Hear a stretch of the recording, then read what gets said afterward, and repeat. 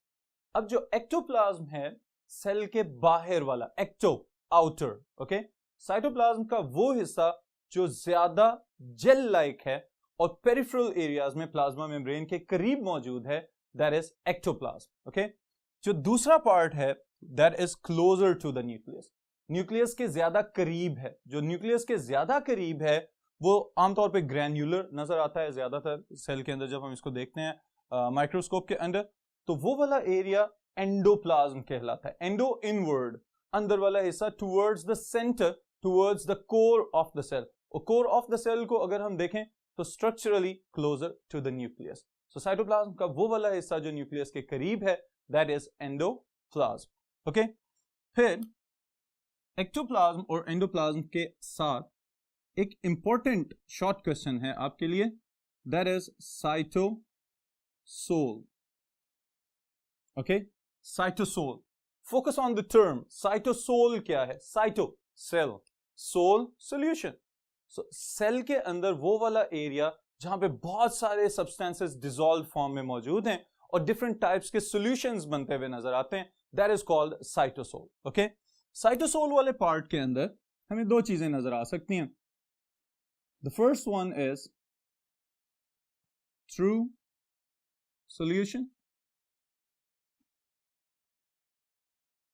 True solution homogeneous mixture जिसको आप कह सकते हैं, कुछ आयंस और शुगर्स और smaller molecules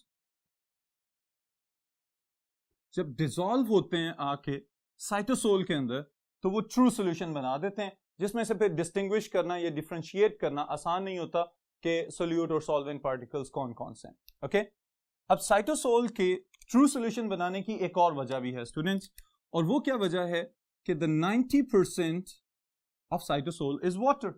water is universal solvent. तो जो भी कुछ इस तरह की चीजें जो पानी के अंदर आराम से हल हो जाएंगी वो इसके अंदर आके होमोजेनियस मिक्सचर बना देंगी और हम कहेंगे ये इसने ट्रू सॉल्यूशन बना दिया. Okay, then is the second part, colloidal solution.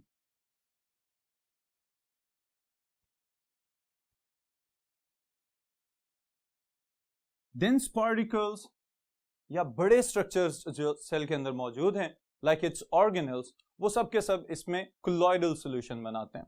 Okay, so colloidal solution कौन बना रहा है? Very large sized particles.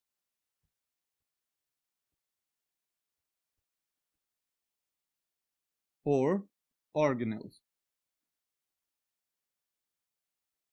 Okay students, सो साइटोसोल में ये दो ट्रू सॉल्यूशन और कोलॉइडल सॉल्यूशन फॉर्म होते हुए हमें नजर आते हैं. Next thing is what could be the difference between soul and gel of the cytoplasm. Okay, soul वाला हिस्सा कौन सा है और gel वाला हिस्सा कौन सा है? तो soul is the cytosol. Okay, ये वाला part colloidal हो सकता है और granular हो सकता है. Okay, और cytosol है तो एंडोप्लाज्मिक रीजन में है, it is towards the core of the cell, अंदर वाले हिस्से में. Gel, it is viscous part. Gel है तो विस्कस होगा, ज्यादा गाढ़ा हिस्सा है. And it is present in the peripheral region of the cell. जो सेल के बैरूनी हिस्से हैं प्लाज्मा मेम्ब्रेन के करीब वाले, वहां पे ये जेल वाला पार्ट होगा. और इसका एक और बेनिफिट भी होता है सेल को कि वो अपनी शेप को मेंटेन कर लेता है. Okay students, then now we'll talk about the functions of the cytoplasm. Okay, functions of the cytoplasm के साथ सबसे important point, सेल के अंदर जो कुछ भी extra substances मौजूद होंगे they will be stored inside the cytoplasm. Okay, so we can say the most important function is storage of particles. Second function इसका क्या हो सकता है? It provides area for metabolic reactions, for example, glycolysis.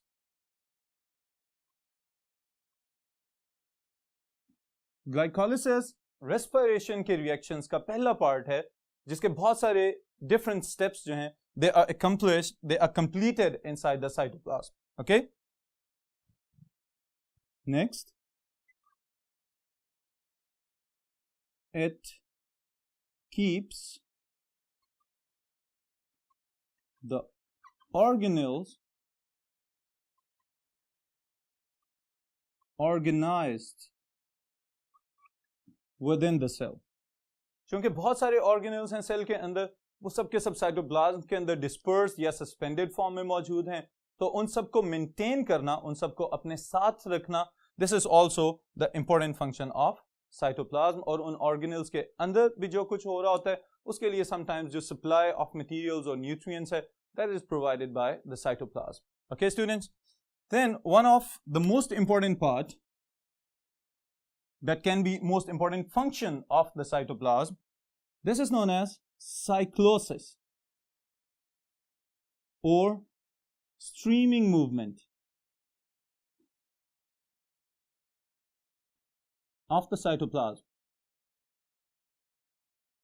Streaming movement या cyclosis क्या चीज है ये? ओके, इसको एक फिगर से हम डेमोन्स्ट्रेट करते हैं यहाँ पे कि ये जो एनिमल सेल यहाँ पे आपको नजर आ रहा है, इस एनिमल सेल के अंदर जो साइटोप्लाज्म है, इट इज नॉट स्टेगनेंट, ये रुका हुआ नहीं है, it is showing very slow motion with in the premises of the plasma membrane. Plasma membrane की जो बाउंड्री है उसके अंदर साइटोप्लाज्म गोल गोल गोल गोल घूमता रहता है. ओके, अब चूंकि ये मूव करता रहेगा इसके अंदर तो गोल गोल घूम रहा है, इसलिए इसको कह रहे हैं साइक्लोसिस, चक्कर लगा रहा है उसमें. ओके, और स्ट्रीमिंग मूवमेंट का फायदा क्या होता है कि इस मूवमेंट की वजह से the nutrients are equally distributed, waste products को कलेक्ट कर लिया जाता है और फिर उसके बाद एक्सोसाइटोसिस के थ्रू उनको सेल से बाहर निकाल दिया जाता है. ओके स्टूडेंट्स, देन एक लास्ट पॉइंट इसमें ऐड कर रहा हूं मैं, और वो क्या है? प्रोटोप्लाज्म. क्योंकि साइटोप्लाज्म की अंडरस्टैंडिंग प्रोटोप्लाज्म की एक्सप्लेनेशन के साथ रिलेटेड है. ओके, सेल के अंदर न्यूक्लियस भी मौजूद है, सेल के अंदर साइटोप्लाज्म भी मौजूद है और प्लाज्मा मेम्ब्रेन भी मौजूद है. ओके, अब प्रोटोप्लाज्म को इजीएस्ट वे में अगर आप याद रखना चाहें तो मैं एक शॉर्ट फॉर्म इसकी लिखने लगा हूं. The nucleoplasm plus cytoplasm is protoplasm. Okay, इसको एक और वे में हम डिफाइन कर लें. ये तो इसका आसान तरीका मैंने आपको बता दिया याद रखने के लिहाज से. अगर हम इसको डिफाइन करें तो हम कह सकते हैं total living material inside a cell is protoplasm. Okay students, तो प्रोटोप्लाज्म के साथ यहीं पे इस सेशन को क्लोज करते हैं और इंशाल्लाह ताला नेक्स्ट लेक्चर में नेक्स्ट टॉपिक्स के